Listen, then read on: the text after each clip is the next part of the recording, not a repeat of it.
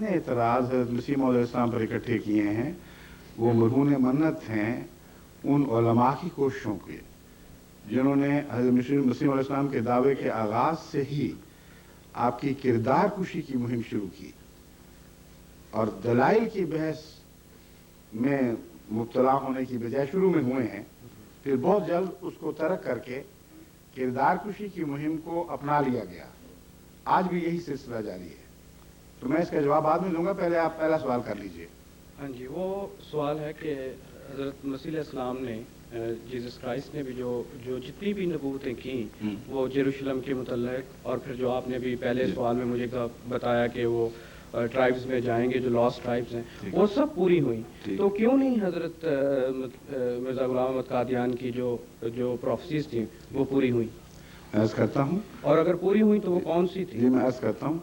अव्वल तो ये कहना दुरुस्त नहीं है कि हज़रत मसीह की तमाम पेशगोइयाँ मिनवन उसी तरह पूरी हुई जैसे कि फरमाया गया था।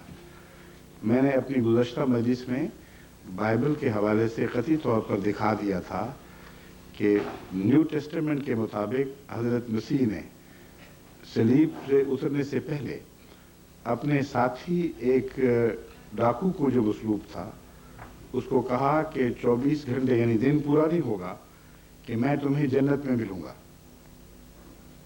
और वो नहीं हुआ। इन ऐसी बातें बाद ऐसी होती हैं जो तमाम अंबिया के साथ कुछ इश्तबाह के पहलू रखती हैं, मगर जब अमूमी तौर पर उनकी अजीम पेशगोइयों को और आलमगीर पेशगोइयों को देखा जाता है तो ये छोटे छोटे बज़ाहिर दाग हैं। एक मुत्तकी इंसान अमूम पर फैसला करता है और या इसको समझने की कोशिश करता है या छोड़ देता है कि हो सकता है किसी वजह से हमारी समझ से बाला हो। ये जो मज़मून है ये अमूमी है, हर नबी के साथ ऐसा ही होता है। कुरान करीम फरमाता है ज़ालिकल किताबु ला रैब फीह, एक ऐसी किताब है जिसमें कोई शक नहीं। साथ ही फरमाता है फीह आयात मुतशाबिहात, एक ऐसी किताब भी है जिसमें मुतशाबे आयात भी हैं और मुहकमात भी हैं। मुतशाबे आयात से जिनके दिल में मरज़ है उनकी बीमारी ज़ोर पकड़ जाती है, और जो अहले इल्म हैं वो मुहकमात के ऊपर चलते हैं। ऐसी क़तई निशानियाँ जो बंदे के इख्तियार से बाहर की बातें हैं उनके ज़ैल में मुतशाबिहात को या समझते हैं या उनका मामला खुदा पे छोड़ देते हैं। ये मज़मून अमूमी है। मैं इंशाअल्लाह आपके उस सवाल के ताल्लुक़ में इसको बयान करूँगा, लेकिन हज़रत मसीह मौद अलैहिस्सलाम की जो पेशगोइयाँ आलमी नौइयत की हमारे सामने ज़हूर पज़ीर हो चुकी हैं उनको कोई दुनिया का इंसान अब तब्दील नहीं कर सकता। सबसे पहले ईसाइयत के रहनुमा से टक्कर जो डोई के साथ हुई है आपकी, अमेरिका के अखबारात ने उसको खूब उछाला और कहा कि एक दावेदार है मोहम्मदी मसीह होने का, एक दावेदार है मसीह की नुमाइंदगी में उसकी आमद सानी का ऐलान करने वाला, और इन दोनों की टक्कर हो गई है। बॉस्टन के ट्रिब्यून ने खुसूसियत से इसको कवर दिया और बाकी अखबारों ने भी, और आखिर पर जैसा कि हज़रत मिर्ज़ा साहब ने फरमाया था, बैन ही उसी तरह बड़ी जिल्लत के साथ वो उस अंजाम को पहुंचा जिसके मुताबिक हज़रत साहब अपनी किताब में खोल कर बयान कर चुके थे कि अल्लाह मुझे बता चुका है इसके साथ ये सलूक होगा। यहाँ तक कि अमेरिका के अखबारात और खुसूसन ट्रिब्यून ने ये शह सुर्खी लगाई, इसका हवाले यहाँ मौजूद हैं, यहाँ पड़े हुए थे पहले, हाँ लिया है, शह सुर्खी लगाई कि मिर्ज़ा कादियान जीत गया है, ग्रेट इज मिर्ज़ा, और वो जीत गया और ये हार गया। इसलिए कि उस ज़माने में कुछ इंसाफ भी बाकी था। मजहबी इख्तलाफात के बावजूद सच्ची गवाही देने वाले होते थे। जो मोहम्मदी बेगम की पेशगोई का वक्त आएगा तो मैं अगरचे मुतशाबिहात में से है, मगर मुतशाबिहात का ये मतलब नहीं होता कि कतई तौर पर वो नाकाबिल हल होते हैं। वो लोग जिनको अल्लाह ताला इस्तिंबात की ताकत अता फरमाता है, जब गौर करते हैं तो उनको साफ समझ आ जाता है कि ये पेशगोई झूठी नहीं, बल्कि इसके बाद ऐसे पहलू थे जो नज़रअंदाज किए गए और वो सबूत के तौर पर पहले से मौजूद होते हैं। तो मैं इंशाअल्लाह उस वक्त आपको बताऊँगा। अब आप अगली बात करें हज़रत मिर्ज़ा साहब की पेशगोइयों से मुतल्लिक। بس یہی تھا. ہاں اچھا دوسری بات آپ کی عالمی نوعیت کی پیشگوئیاں سنیں. اب غور کریں ایک انسان کی حیثیت سے کیسے ممکن ہے کہ ابھی ہوائی جہاز ایجاد بھی نہ ہوئے ہوں, آسمان سے آگ برسنے کا کوئی امکان نہ ہو, اور عالمی جنگ کا کوئی تصور اس وقت موجود نہ ہو. یہ ہے وہ اخبار ٹریبیون, اس کی کاپی آپ کو دے دیں گے. اس کا نام ہے great is Mirza Ghulam Ahmad the مسایا, foretold pathetic end of Doi, and now he predicts plague, flood and earthquake. اب جو پلیگ کی بات میں کروں گا, یہ پلیگ ظاہر ہونے سے پہلے یہ اعلان ہو چکا ہے امریکہ میں کہ مرزا غلام احمد قادیان نے اپنی تائید میں پلیگ پھیلنے کا ذکر کر دیا ہے, اور اب دیکھتے ہیں یہ پیشگوئی پوری ہوتی ہے کہ نہیں. غیر معمولی ارتھ کویکس کا ذکر کیا ہے, غیر معمولی فلڈز کا ذکر کیا ہے. یہ تمام باتیں بین ہی اسی طرح اس شان سے پوری ہوئیں کہ عالمی اخباروں نے اس کو کور دیا. ایسے ارتھ کویکس آئے کہ ہمارے پاس حوالے موجود ہیں کہ ماہرین نے کہا کہ معلوم انسانی تاریخ میں اس طرح پے در پے اتنے بڑی نوعیت کے ارتھ کویکس نہیں آئے. یہ غیر معمولی بات ہے. تو یہ پیشگوئی ہیں جو عالمی نوعیت کی ہیں. وہ پیشگوئی ایک چھوٹی گلی کی موڑ کی پیشگوئی ہے جہاں سائے بھی پڑ جاتے ہیں, مگر اس کی وضاحت بھی میں کر دوں گا. اب آگے سنیے پلیگ کی پیشگوئی جس کا اس میں ذکر موجود ہے. آپ نے یہ پیشگوئی کی کہ خدا تعالیٰ نے مجھے خبر دی ہے کہ فرشتے کالے رنگ کے پودے لگا رہے ہیں جس کی تشریح مجھے بتائی گئی کہ طاعون پھیلنے والا ہے. اور یہ طاعون وہی طاعون ہے جس کا ذکر قرآن کریم میں ایک ایسے کیڑے کے طور پر کہا گیا ہے کہ وہ لوگوں سے کلام کرے گا, کہ خدا کے بھیجے ہوئے کو انکار کر دیا گیا ہے, یعنی یہ سزا کے طور پر آئے گا.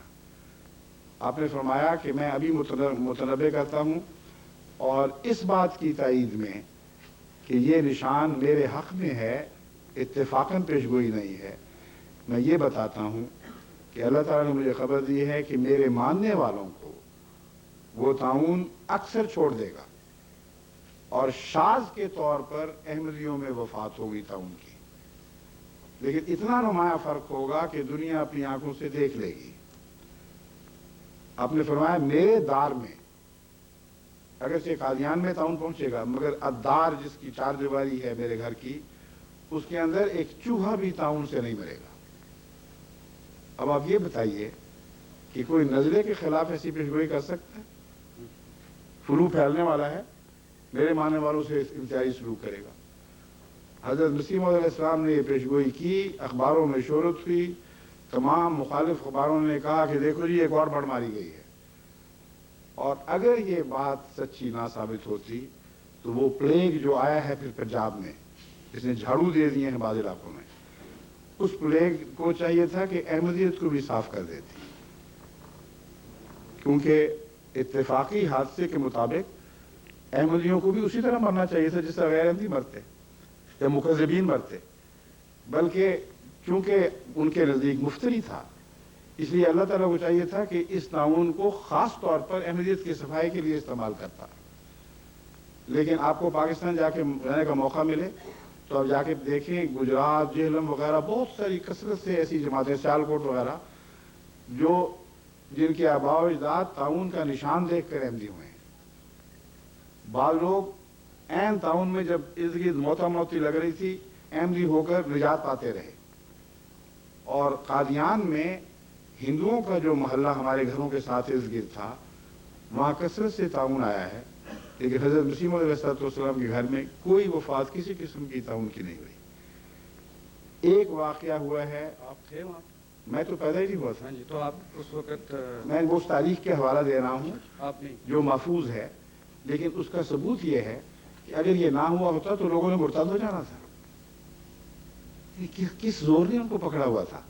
اوپر سے لوگ مار رہے تھے, گالیاں دے رہے تھے, گھروں سے بے گھر کر رہے تھے, اور ادھر سے خدا کا عذاب بھی آ کے پکڑ لیتا تو پاگل ساتھ پھیرے تھے جو اس شخص کے پیچھے لگے رہتے. یہ قطعی ایک ایسا قطعی انسانی فطرت کا ثبوت ہے جس کو جھٹلایا جا نہیں سکتا. میں آپ کو جو ریکارڈ ہیں ان میں مثلا مثال کے طور پر آتا ہے مولوی محمد علی صاحب, ان کو بخار ہوا اور مفلی بھی نکلی اور یہ سمجھا گیا کہ آپ کو طاعون ہو گیا ہے, اور انہوں نے بلانا شروع کیا کہ مشر صاحب کو, ان کو بلاؤ, وہ آ کے دعا کریں, میں تو مرید ہوں, ماننے والا ہوں اور طاعون سے مرا جاتا ہوں. اور جسم پھک رہا تھا. حضرت مسیح موعود علیہ السلام, اب تو یہ دیکھیں یقین کامل, طاعون بتایا جاتا ہے ایک جھوٹا آدمی اس کے قریب پھٹکے گا, وہ تو بھاگے گا وہاں سے بہانے لگا کے کہ او ہو یہ تو میں ہی نہ مارا جاؤں, اگر مجھے طاعون ہو گیا تو احمدیت ہی طاعون سے مر جائے گی. گئے ہیں, کہا مولوی صاحب کیا بات ہے, ان کے سر پر ہاتھ پھیرا اور کہا کہ مجھے تو کوئی بخار دکھائی نہیں دیتا. اطباء جو ساتھ تھے انہوں نے فوراً جا کے چیک کیا, سارا بخار اترا ہوا تھا, گھٹلی بیٹھنی شروع کی. اور مولوی محمد علی صاحب بہت بعد میں پارٹیشن کے بعد وہ فوت ہوئے ہیں. تو یہ جو گواہیاں ہیں یہ ایسی خطی ہیں جن کے نتیجے میں لوگ احمدی ہوئے ہیں, احمدیت سے گریز نہیں کیا. اب آپ کو پتہ ہے کہ ہوائی جہاز کی ایجاد 1905 میں ہوئی ہے, ولیم برادرز نے امریکہ میں, اور اس سے پہلے حضرت مسیح موعود علیہ السلام کی کچھ پیشگوئیاں ہیں جو عالمی جنگ کی بات بتا رہی ہیں. ایک اس پیشگوئی ایک منظوم کلام میں آپ نے اس طرح بیان فرمائی, کشتیاں چلتی ہیں تا ہوں کشتیاں, کہ میں وسیع سمندروں کو لڑنے والی کشتیوں سے بھرا ہوا دیکھ رہا ہوں. یعنی نیول وارفیئر بڑے وسیع پیمانے پر ہو رہی ہے. اور پھر فرمایا کہ آسمان سے میں آگ برستی دیکھ رہا ہوں. پھر فرمایا کہ زار بھی ہوگا تو ہوگا اس گھڑی با حال زار, یعنی اگر زار اس وقت تک قائم رہا تو وہ بحالت زار پایا جائے گا. اب یہ 5 سے لگ بھگ اس سے کچھ پہلے کی کچھ اس وقت کی پیشگوئیاں ہیں. زار اس وقت انگلستان کی حکومت کی سلطنت کے مقابل پر ایک ایسی سلطنت کا بادشاہ تھا جو برابر کی ٹکر تھی, اور سلطنت روس بڑی عظمت رکھتی تھی. ہندوستان بھی زار کی عظمت سے قائل تھا, اس کا استقبال ہوتا تھا, اس کے متعلق بڑی بڑی خبریں شائع ہوتی تھیں. اشتراکیت کا کوئی ایسا اثر روس میں ظاہر نہیں ہوا تھا 1905 تک جو یہ بتا سکتا کہ زار کی حالت زار ہو سکتی ہے. اور ایک آدمی بیٹھا ہوا ایک چھوٹے سے قصبے میں, وہ زار کی حکومت کی بات کر رہا ہے اور کہتا ہے اس کی حالت زار دکھائی گئی ہے, بھی ہوگا بتاتا ہے کہ شیک کر چکا ہوگا, اگر زندہ رہا تو اپنی حالت زار کو دیکھے گا. اب یہ سارے انقلاب عالمی جنگ کی صورت میں پیدا ہوئے. کشتیوں کی نیول وارفیئر 1914 کی جنگ کا سب سے نمایاں نشان ہے. اسی دور میں پھر آسمان سے بھی آگ برسائی گئی. اسی جنگ کے اختتام میں دراصل اس کے نتیجے ہی میں زار کی حکومت شیک کر گئی, اور زار جس انجام کو پہنچا اس کے متعلق عالمی اخبارات نے یہی سرخیاں لگائیں, اور اردو اخبارات نے تو بینے یہی الفاظ, زار کی حالت زار. کیونکہ جس دردناک حالت میں وہ مارا گیا ہے وہ کسی انسان کے تصور میں بھی نہیں آ سکتی تھی. اب یہ کون اس سے کلام کر رہا تھا اس شخص سے. پھر کوریا کا تو ہم نام بھی نہیں جانتے تھے. اب کوریا مشہور ہوا ہے. جب ہم نے بچپن میں پارٹیشن سے پہلے جو تاریخ پڑھی یا جغرافیہ دیکھا, کوریا صرف ایک نشان کے طور پر نظر آتا تھا, کسی ذہن پہ کوئی نقش نہیں ہوا کبھی. حضرت مسیح موعود علیہ السلام کو الہام ہوا ایک مشرقی طاقت اور کوریا کی نازک حالت. اب قادیان کے قصبے میں کوریا سے کیا تعلق تھا, اور مشرقی طاقت یعنی مغرب سے خطرہ نہیں تھا, مشرقی طاقت سے تھا. 1927 میں جاپان نے جب کوریا پہ قبضہ کر کے اس پر مظالم کی انتہا کی ہے تو سارے اخبار دنیا میں شورشا سرخیاں لگ گئیں کہ جیسے مظالم توڑے ہیں جاپان نے کوریا پر, اس کی مثال ہمیں تاریخ میں دکھائی نہیں دیتی. چند سالوں میں کشتوں کے پشتے لگا دیے کوریوں کی لاشوں سے. تو مشرقی طاقت تھی. اب ایک سوچنے والا پیشگوئیاں سوچتا ہے تو حالات کے تقاضوں کو پیش نظر رکھ کر اس وقت کے علم کی بنیاد پر بات کرتا ہے. بے تعلق دور کی باتیں ہیں. پھر آپ نے فرمایا کہ زار کی حالت زار ہوگی تو پھر کیا ہوگا. اس کے بعد فرماتے ہیں کہ مجھے اللہ تعالیٰ نے خبر دی ہے کہ روس میں اپنے متبعین کو ریت کے ذروں کی طرح پھیلا ہوا دیکھتا ہوں. اب چند سال پہلے تک اس پیشگوئی کے پورا ہونے کے کوئی آثار دکھائی نہیں دے رہے تھے، کیونکہ روس تو ایک ایسی خدا کی دشمن طاقت تھی کہ کوئی مذہب نہیں ہو بھی سکتا تھا.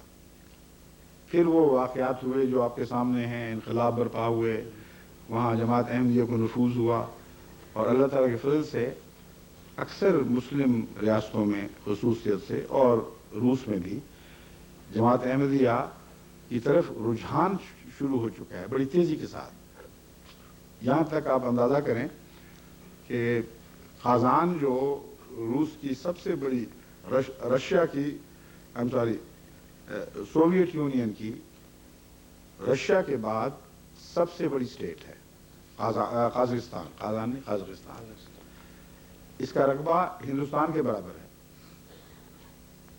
اس اسٹیٹ میں احمدیت کی طرف رجحان اس طرح شروع ہوا کہ ان کا ایک ٹیلی ویژن کا نمائندہ آیا اور اس کا تعارف مجھ سے ہوا.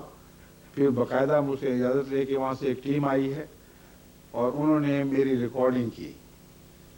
اور ابھی رولان صاحب اور ان کے ایک ساتھی جو مشیر ہیں پریزیڈنٹ کے، وہ ایم ڈی ہو چکے ہیں. ان کے ایک ساتھی جو وہاں کے سب سے بڑے مغنی ہیں، جو کلاسیکل میوزک کے چوٹی کے استاد سمجھے جاتے ہیں، وہ بھی ایم ڈی ہوئے. لیکن انٹیلیجنشیا میں کثرت سے وہاں ایم ڈی ہونے شروع ہوئے ہیں.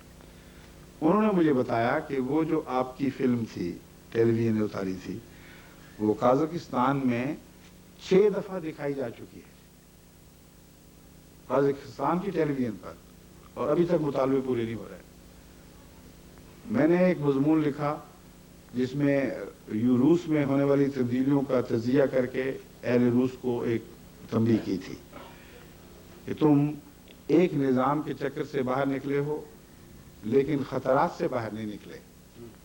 یہ باتیں، یہ اندھیرے تمہارے سامنے کھڑے ہیں، اگر تم نے آنکھیں نہ کھولی تو ان میں یہ گڑھے ہیں، یہاں ڈوبو گے تم.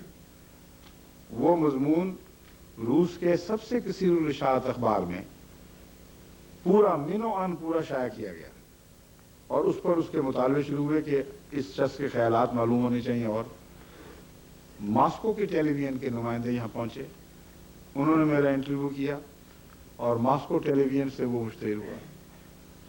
اس کی مقبولیت کی وجہ سے پھر وہ دوبارہ آئے اور پھر انٹرویو کیا اور اس کو بار بار دکھایا گیا. تو وہ باتیں جو حضرت مسیح موعود علیہ السلام نے اس زمانے میں لکھی تھیں جب اظہار روس اپنی عظمت کے آخری مقام تک پہنچا ہوا تھا، اور بعد میں جو انقلاب آیا اس نے مذہب کا ہی صفایا کر دیا تھا. آپ کو کس نے بتایا، کیسے بتایا کہ وہاں احمدیت کے نفوذ کے لیے خدا تعالیٰ کثرت سے سامان پیدا فرمائے گا؟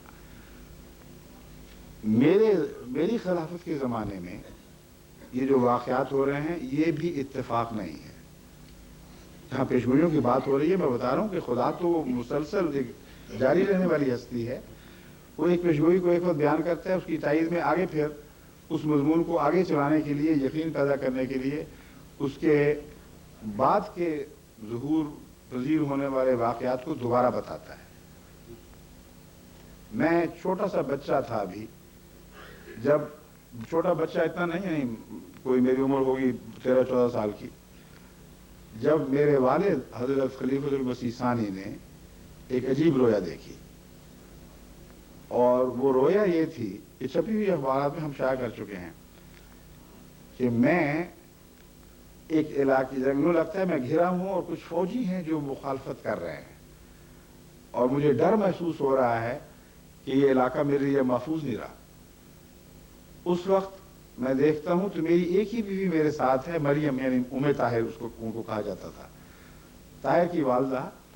لیکن ان کا جو بچہ ہے وہ چھوٹا سا ہے. مجھے طاہر کے طور پر یہ بھی خاص شان ہے الہی پیغامات کی، تو میں اس کو گودی میں اٹھا لیتا ہوں اور میں کہتا ہوں چلو یہاں سے ہجرت کر جائیں، اس علاقے میں رہنا اب محفوظ نہیں رہا، اور فوجیوں سے خطرہ ہے.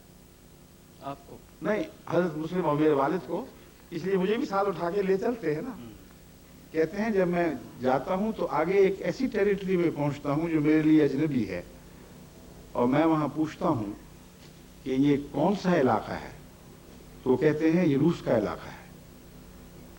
تو میں پوچھتا ہوں کہ روس کا علاقہ ہے، یہ آپ کون لوگ ہیں؟ تو رازداری سے کہتے ہیں ہم احمدی ہیں، لیکن ابھی ہم کھل کر بات نہیں کرتے، اس لیے ہم آپ کو بتاتے ہیں۔ اب یہ رویا آئی اور گزر گئی، اور آپ کسی کو تعبیر سمجھ نہیں کہ کیا واقعہ ہونے والا ہے۔ یہ میرے دور خلافت میں روس سے کانٹیکٹ ہونا اور احمدیت کا وہاں نفوذ ہونا اس رویا میں دراصل پہلے بتا دیا گیا تھا۔ کسی اور خلیفہ کے وقت میں یہ واقعہ نہیں ہوا۔ بس یہ جو اشارے ہیں خدا تعالیٰ کے، اگر انسان تعصب سے پاک ہو کر دیکھے تو ایک دوسرے کے ساتھ منسلک ہوتے چلے جاتے ہیں۔ یہ تو عمومی گفتگو ہے۔ اب اپنا اگلا معین سوال فرمائیے۔ سو آپ کے جو، ویسے تو میں نے بک آپ کی لی ہے یہ پڑھنے کے لیے، بڑی اچھی بک ہے یہ، فیکٹس ٹو فکشن، لیکن اس کا مطلب یہ آپ مجھے سمجھا رہے ہیں کہ مرزا غلام محمد قادیان جو تھے ان کی جو نبوتیں تھیں یا ان کی جو پروفیسیز تھیں وہ اب کنٹینیوڈ اور آپ میں بھی فلفل ہو رہی ہیں۔ جی ٹھیک ہے، درست ہے، دیٹ از بالکل درست ہے۔ اینڈ سم آر، کچھ جو ہیں نبوتیں وہ ابھی پوری نہیں ہوئی۔ ابھی نہیں ہوئی، تھینک یو ویری مچ۔ درست ہے، شکریہ۔ لیکن وہ محمدی بیگم والی بات تیسری، ہاں جی ہاں جی، وہ بھی کہیے۔ وہ پوری نہیں ہوئی۔ نہیں، میں نے نہیں کہا پوری نہیں ہوئی، ہاں جی، یہ آپ کہہ رہے ہیں۔ میں آپ کو یہ کہہ رہا تھا کہ یہ پیشگوئی پوری نہیں ہونے سے مراد میری یہ تھی کہ ابھی اس کے پورا ہونے کا وقت نہیں آیا، اچھا اچھا، یعنی اسی زمانے میں ختم نہیں ہو گئی۔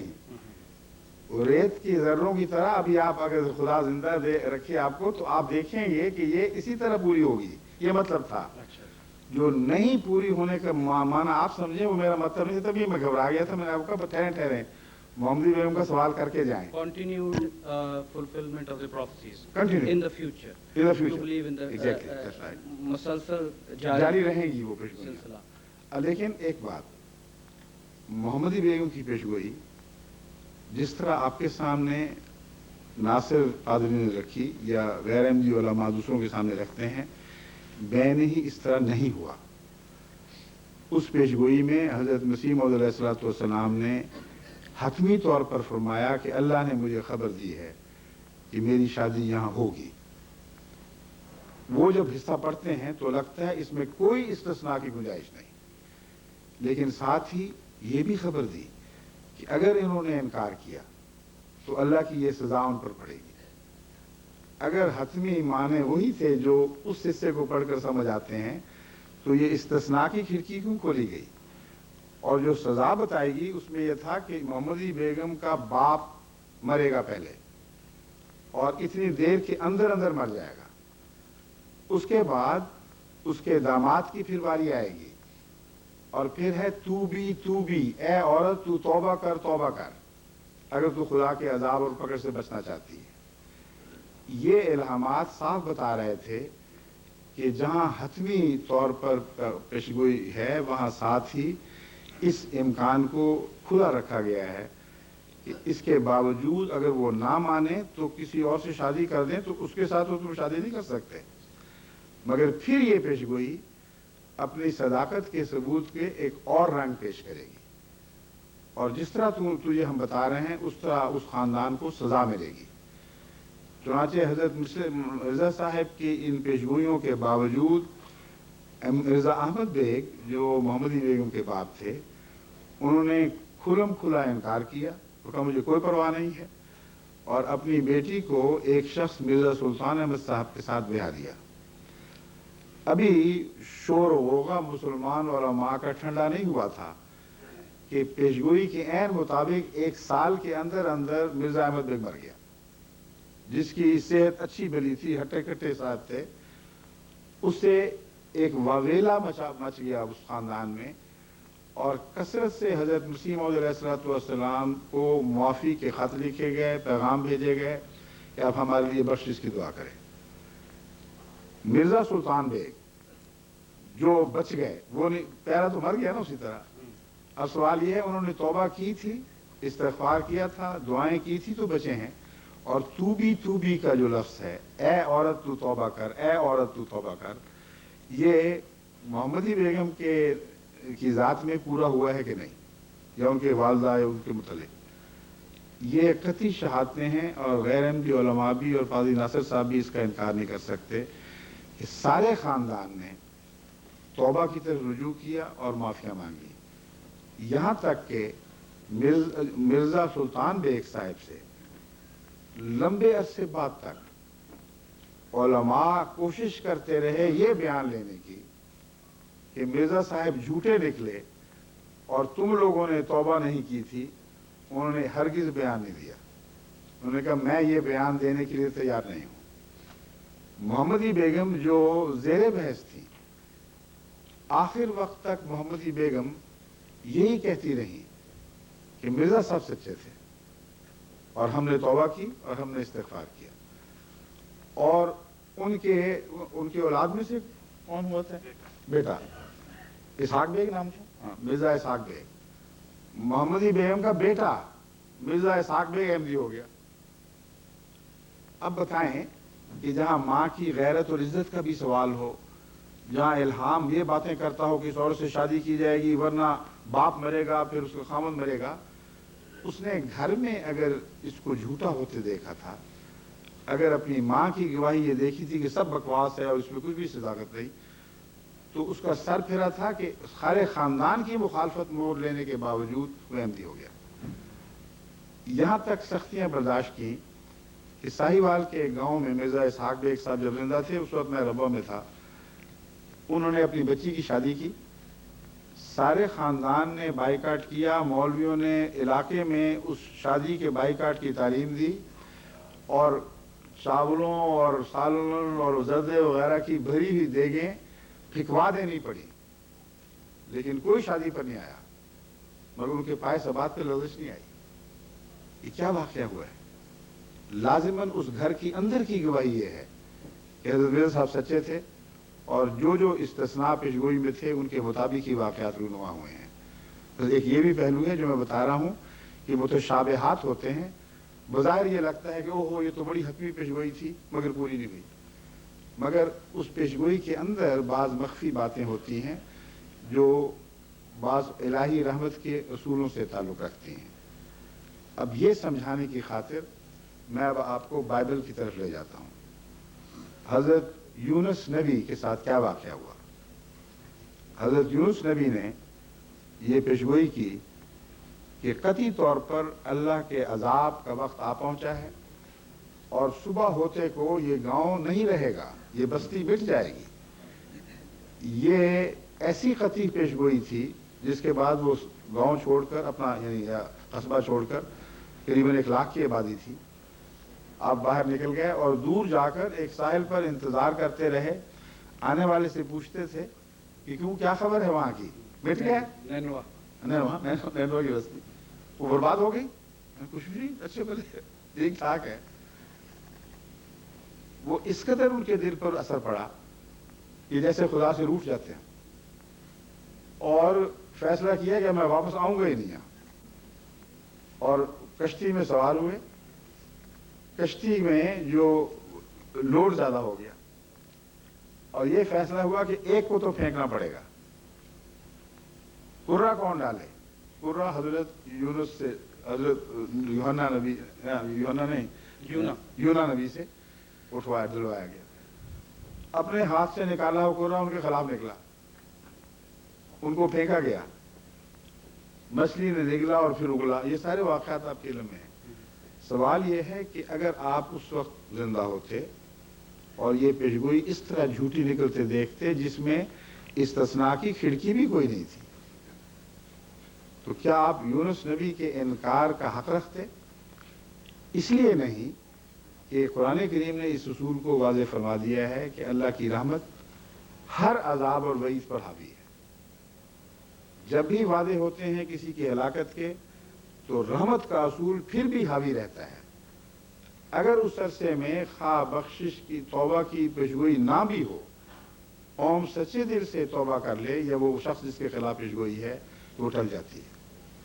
ये असूल हर उस पेशगोई पर चिस्पा होगा जिसमें हज़रत मसीह मौद अलैहिस्सलाम के मामले में आप इश्तबा देखते हैं। और नैनवा शहर ने तौबा की। साट ओढ़ के और सर पर खाक डाल के, तो सारे जानवर भी बाहर ले गए और बड़े दर्दनाक अंदाज में चीखो पुकार के। इख्तिताम ये है कि यूनुस नबी जो था, यूनुस वो नाराज हुए कि क्यों छोड़ उनको इल्म नहीं था ना, वो तो इंसान आलिमुल गैब तो नहीं थे, उनका इल्म तो यहाँ तक था कि मुसाफिर से पूछते थे। यकीन होने के बावजूद उसके आंखों से उस यकीन को पूरा होते देखकर मजा चाहते थे। आने वाले मुसाफिरों से पूछते थे वहां कुछ हुआ है कि नहीं, तो कहते कुछ भी नहीं हुआ। तो इस शर्मिंदगी में वहां से गए हैं, गोया खुद खुदा की रहमत के खिलाफ दिल में रंजिश पैदा कर ली। हल्की सी है, इसमें नबी बहुत बड़ी रंजिश में मुब्तला नहीं होता। अगर बड़ी रंजिश होती तो उनको हलाक कर दिया जाता, शहर बचा लिया जाता और यूनुस को हलाक कर दिया जाता। मगर हलाकत के मुंह में पहुंचाकर वापस लाना, खुदा ने इस बात का सबूत दिया था कि ऐ यूनुस तू भी तो मेरा बंदा है। वो लोग भी हलाकत के मुंह तक पहुंच चुके थे, उनकी तौबा से जैसे मैंने उनसे सलूक किया, अब मैं तुझसे भी यही सलूक करता हूं। तू हलाकत के मुंह में पहुंचकर जब तूने इस्तिग़फ़ार की और कहा कि ऐ खुदा तेरे सिवा कुछ नहीं, मैं इन्हीं कुन्तु मिनज़ ज़ालिमीन, तो अल्लाह ने वहां से निकाल दिया।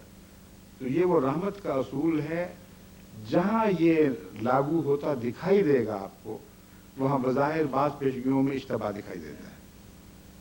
थैंक यू, शुक्रिया बहुत। शुक्रिया।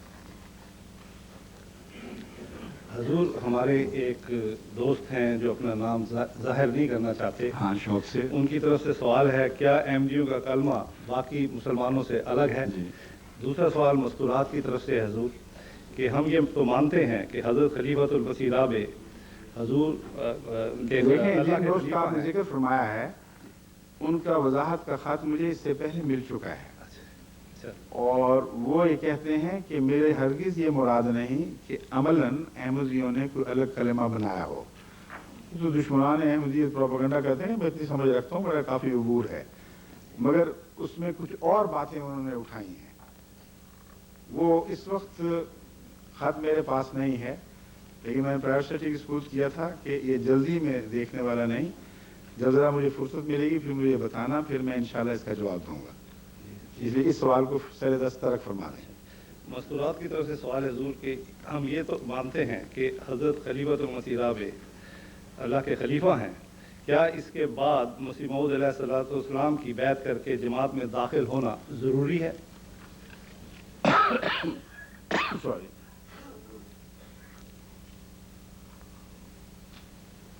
ये सवाल उन्होंने बहुत लेट उठाया है। ये सवाल तो हजरत अबू बकर की खिलाफत की बैत के वक्त उठना चाहिए था।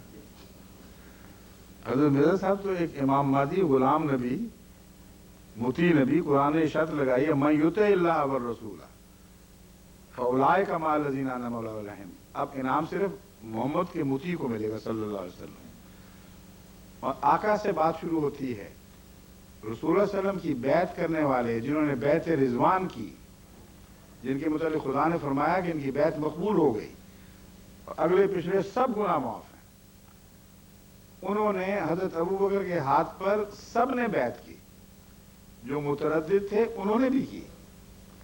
तो सवाल वहां उठना चाहिए था ना कि अब उठना चाहिए 1400 साल के बाद, समझे?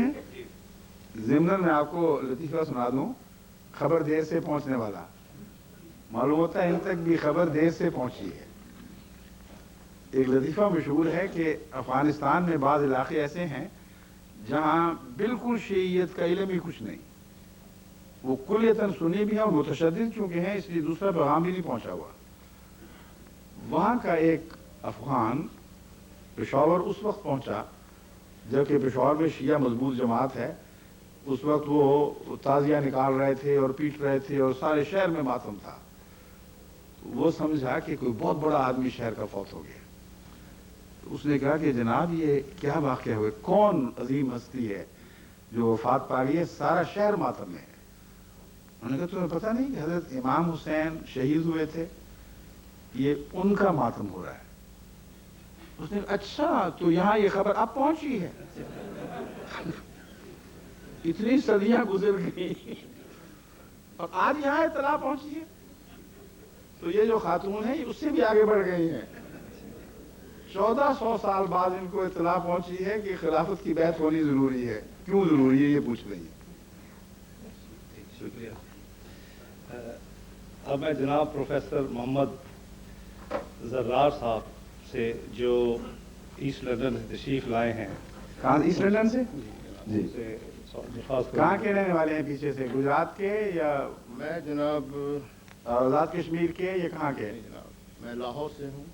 खास लाहौर के? खास लाहौर से हूँ। मुल्तान रोड पर मेरी रिहाइश है। हाँ, मगर आपकी जुबान तो आपको मशरकी पंजाबी बता रही है। मैं जनाब पैदा हिसार में हुआ था। हाँ, बस ये तो पार्टीशन के बाद मैं लाहौर सेटल हुआ। हाँ, लाहौरी नहीं है। लाहौर ही मेरा। वो समझ, लेकिन लाहौर से आए हैं। ठीक है, समझ गया हूँ। फरमाइए। अस्सलाम वालेकुम। वालेकुम सलाम व रहमतुल्लाह। जनाब अली, पाकिस्तान में इस जमात अहमदियत के मानने वाले या पैरोकारों को किन वजूहात की बिना पर काफिर करार दिया गया है, जबकि ये बात आज की है और आज सबके सामने है, मालूम है। इससे पहले रिवायतन मुझे इल्म है कि आपके कासिद गालिबन मेरी पैदाइश के वक्त या पैदाइश से ज़रा पहले अफ़गानिस्तान में गए थे और ये फतवा हुकूमत अफ़गानिस्तान ने पहले ही लगा दिया था और उन्हें काफिर करार देकर कत्ल करा दिया था। आपके इल्म में ज़रूर होगा। तो इसी रोशनी में मुझे इतला पहुंच चुकी है। इसी रोशनी में मिर्ज़ा ग़ुलाम अहमद साहिब ने अपने आप को मुजद्दिद, मुहद्दिस या इमामुल वक्त की हैसियत से, जैसे दीगर आइमा इकराम हुए हैं और हो भी रहे हैं, इमाम ख़मीनी साहब की मिसाल भी आपके सामने है, तो इस तरह से इक्तफा क्यों ना किया? अपने आप को मसीह मऊद या महदी होने का दावेदार क्यों हुए, जबकि मसीह मऊद के लिए अहादीस इकराम में बेशुमार ऐसी रिवायात मिलती हैं कि मसीह मऊद आएंगे, उन्हें काबा शरीफ की मीनार पे उतारा जाएगा और वो उस वक्त के एक दज्जाल को कत्ल करेंगे फ़लस्तीन के मुकाम पे, और मसीह मऊद एक अरसे तक अपनी हुकूमत कायम करेंगे, अदल और इंसाफ करेंगे। अदल और इंसाफ के बारे में आपने भी वजाहत की थी कि मिर्ज़ा साहब ने भी की है, लेकिन ये तमाम रिवायतें अहादीस कराम के मुताबिक नहीं मिलती।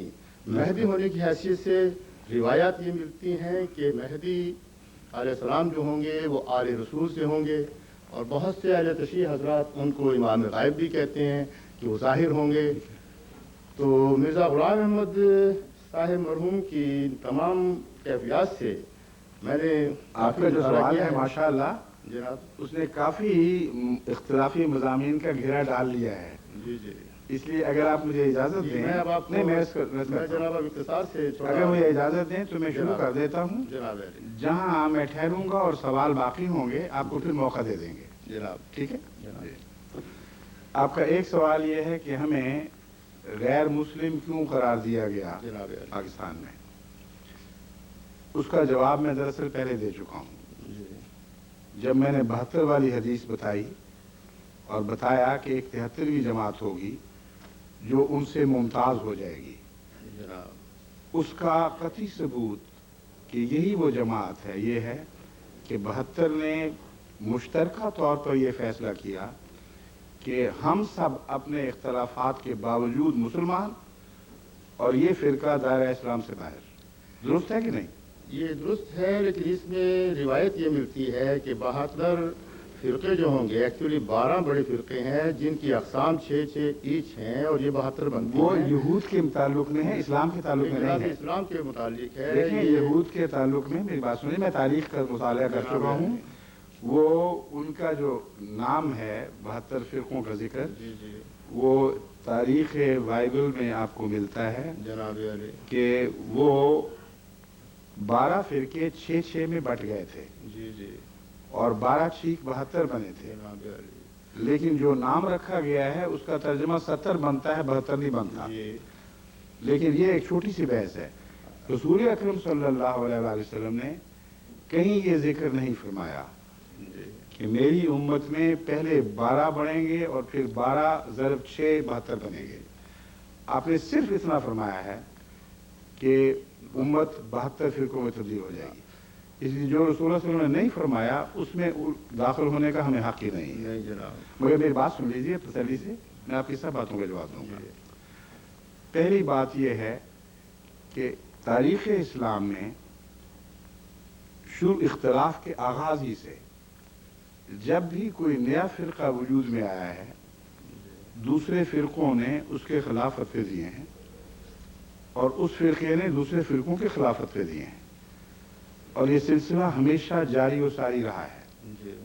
مگر تاریخ اسلام میں یہ واقعہ پہلی دفعہ ہوا ہے کہ 72 فرقوں نے اجماع کر لیا ہو اور مشترکہ اکٹھے ہو کر یہ فیصلہ کیا ہو کہ ہم اپنے اختلافات کے باوجود مسلمان کہلانے کے مستحق ہیں، اور یہ فرقہ ایسے اختلاف رکھتا ہے کہ مسلمان کہلانے کا مستحق نہیں رہا۔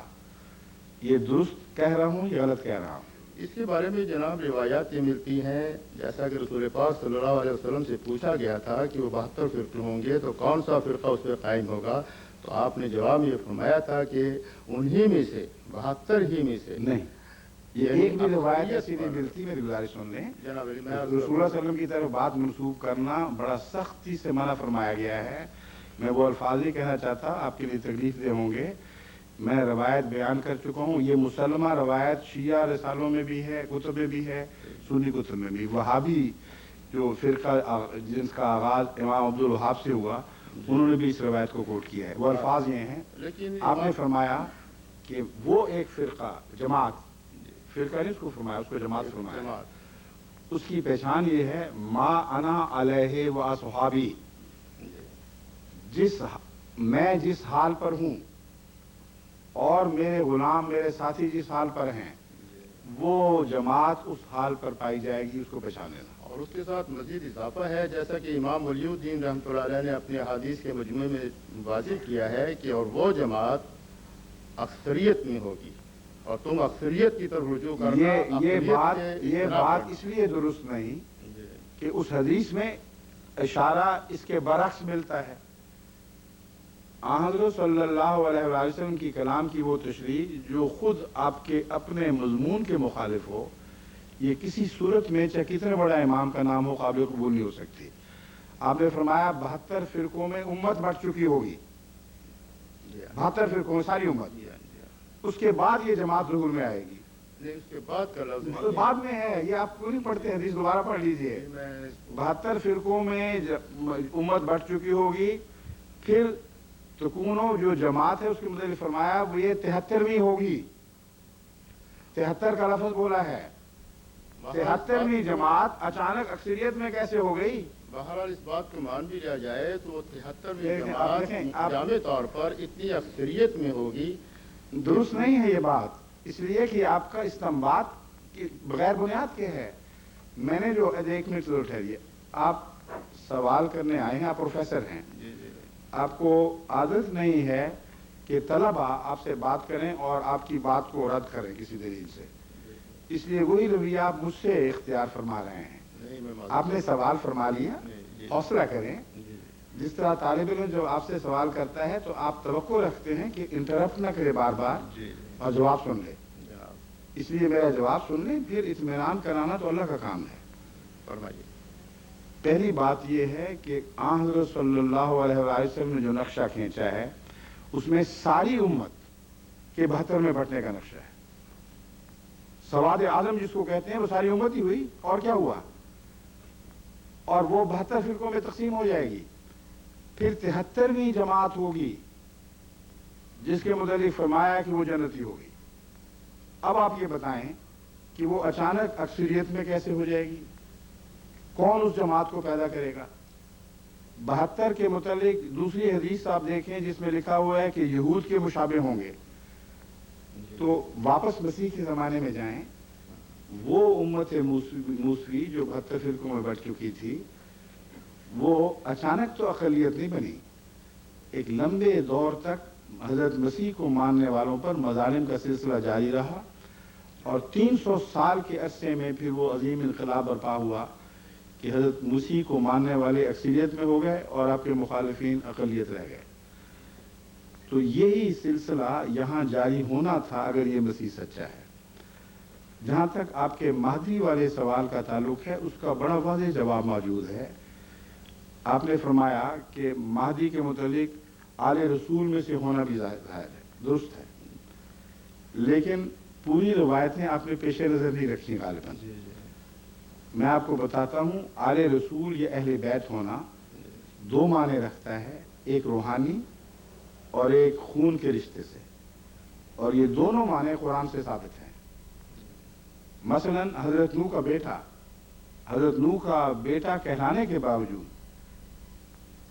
اس کے متعلق اللہ فرماتا ہے انہ لیس من اہلک، وہ تیرے اہل بیت میں نہیں ہے. تو اس طرح اہل بیت کا محاورہ روحانی طور پر بھی نافذ ہوتا ہے اور جسمانی طور پر بھی. دیکھنا یہ ہے کہ آنے والے امام سے متعلق حضرت اقدس محمد رسول اللہ صلی اللہ علیہ وآلہ وسلم جب اسے اہل بیت قرار دیتے ہیں تو کیا یہ روحانی طور پر اہل بیت قرار دے رہے ہیں جسمانی طور پر؟ اس مسئلے کو اگر تقوی سے حل کرنا چاہیں تو قطعی ثبوت احادیث میں اور قرآن میں موجود ہے. قرآن کریم نے آخری زمانے میں ظاہر ہونے والے امام کا نام امام مہدی نہیں رکھا. کہیں آپ کو نہیں ملے گا کہ آخری زمانے میں جو امام ظاہر ہوگا اس کا نام پاک میں نہیں ہے، لیکن اس کو حضرت محمد رسول اللہ کا دوسرا دور قرار دیا ہے. گویا کہ رسول اللہ صلی اللہ علیہ وسلم کی بعثت ثانوی ہے، یعنی امام مہدی کو محمد کے تابع اس ایسے کر دیا گیا کہ گویا رسول اللہ صلی اللہ علیہ وسلم کی آمد ثانی ہی ہے، وہ اپنی طرف سے کچھ اور نہیں لائے گا. یہ ذکر سورہ جمعہ میں ملتا ہے، وَآخَرِينَ مِنْهُمْ لَمَّا يَلْحَقُوا بِهِمْ وَهُوَ الْعَزِيزُ الْحَكِيمُ. محمد رسول اللہ علیہ وسلم کی بعثت کے بعد فرمایا آخرین میں بھی یہی رسول مضبوط ہوگا، ابھی وہ نہیں ملے، یعنی زمانے کا فاصلہ ہے. ذَلِكَ فَضْلُ اللَّهِ، یہ اللہ کا فضل ہے، یُؤْتِیہِ مَن یَشَاءُ. جس سے پتہ چلتا تھا کہ محمد رسول از خود دوبارہ نہیں آئیں گے، آپ کا ایک نمائندہ آئے گا جو لقب کے طور پر محمد کے تابع ہونے کی وجہ سے محمد کی آمد کہلائے گا. لیکن یہ اللہ کا فضل ہے، جسے چاہے دے دے. یہ جو آیت نازل ہوئی ہے اس میں سوال پیدا ہوتے ہیں. سوال یہ ہے کہ حضرت محمد رسول اللہ صلی اللہ علیہ وآلہ وسلم نے ان سوالات کا خود حل فرمایا کہ نہیں. اگر قطعی طور پر ثابت ہو کہ رسول اللہ صلی اللہ علیہ وسلم نے اس کا حل فرما دیا اور اس میں وہ آپ کے مادوی آل بیت کا ذکر بھی مجمل طور پر شامل ہو تو بات زیادہ وضاحت سے کھل جائے گی. ایک منٹ سن لیجیے. جب یہ آیت پڑھی گئی تو حضرت محمد رسول اللہ علیہ وسلم کے ساتھ دوسرے صحابہ بیٹھے ہوئے تھے. ان میں سے ایک نے سوال کیا کہ کن لوگوں کا ذکر ہے؟ آخرین منہم لما یلحقوا بہم، کہ بعثت ثانیہ ایسے لوگوں میں ہوگی جو ابھی تک نہیں ملے اولین سے. اس کا جواب رسول اللہ صلی اللہ علیہ وسلم نے یہ دیا، بخاری کی حدیث ہے، شیعہ حدیثوں میں بھی اس کو تسلیم کیا گیا ہے کہ وہ حدیث ہے جو سنی شیعہ سب میں متفق ہے ایمانوں میں. اس میں حضرت رسول اللہ صلی اللہ علیہ وسلم نے جواب دیا. سلمان فارسی آپ کے پاس بیٹھے ہوئے تھے، ان کے کندھے پر ہاتھ رکھا اور فرمایا لو کان الایمان عند الثریا لنالہ رجل من ہؤلاء. اگر ایمان ثریا پر بھی اٹھ گیا تو ان میں سے وہ شخص ہوگا جو اسے دوبارہ زمین پر کھینچ لائے گا، یعنی میں نہیں ہوں گا، لیکن میرے آنے کا جو ذکر ہے وہ کسی اور ذات میں میری نمائندگی میں پورا ہوگا. اور وجوہات بیان فرما دی کہ جب قرآن موجود ہے، سنت موجود ہے، تو ضرورت کیا پڑی ہے کہ کسی کوئی اور آدمی آئے اور پھر اس کو اثر نو ایسے لوگ پیدا کرے گویا وہ صحابہ سے عامل ہیں. اس کی وجہ دیکھیں کیسی حکمت کا جواب ہے. فرمایا لو کان الایمان عند الثریا، یعنی کتابوں کے ہوتے ہوئے، شریعت کے کمال کے باوجود ایسا وقت آ سکتا ہے کہ ایمان اٹھ جائے دلوں سے اور ثریا تک جا پہنچے. کون اس کو لے کے آئے گا؟ عرب بیٹھے ہوئے تھے، کسی عرب کا کندھا نہیں چنا آپ نے، سلمان فارسی کا کندھا چنا ہے. اور فرمایا کہ لنالہ رجل من ہؤلاء ذالک فضل اللہ یؤتیہ من یشاء کی یہ تشریح تھی دراصل۔ اب سوال یہ پیدا ہوتا ہے کہ اس حدیث کا ان احادیث سے کوئی تصادم ہے جس میں اہل بیت کے میں سے امام ہونے کا ذکر ہے؟ یہ سوال اٹھتا ہے۔ اب یہ ایک عجیب بات ہے، اس واقعہ سے الگ جنگ احزاب کے موقع پر جب لوگ خاندانوں میں بٹ رہے تھے تو صرف ایک ایسا انسان ہے جو اہل بیت سے ظاہری رشتے کے لحاظ سے کوئی تعلق نہیں رکھتا تھا، جس کو رسول اللہ صلی اللہ علیہ وسلم نے بلایا، اہل بیت کی صف میں کھڑا کیا اور فرمایا سلمان منا اہل البیت، سلمان ہمارا ہے، اہل بیت ہے۔ اب کوئی اسے اتفاق کہہ لے، میں تو اسے اتفاق نہیں سمجھتا، یہ تو خدا کی تقدیر کہ حیرت انگیز کام ہے کہ جس کو یہ فرمایا کہ ان لوگوں میں سے آنے والا آئے گا، اسی کو اہل بیت بھی قرار دے دیا، جس میں یقینی طور پر اس طرف اشارہ تھا کہ آنے والا ایسا ہو سکتا ہے جو عربوں میں سے نہ ہو۔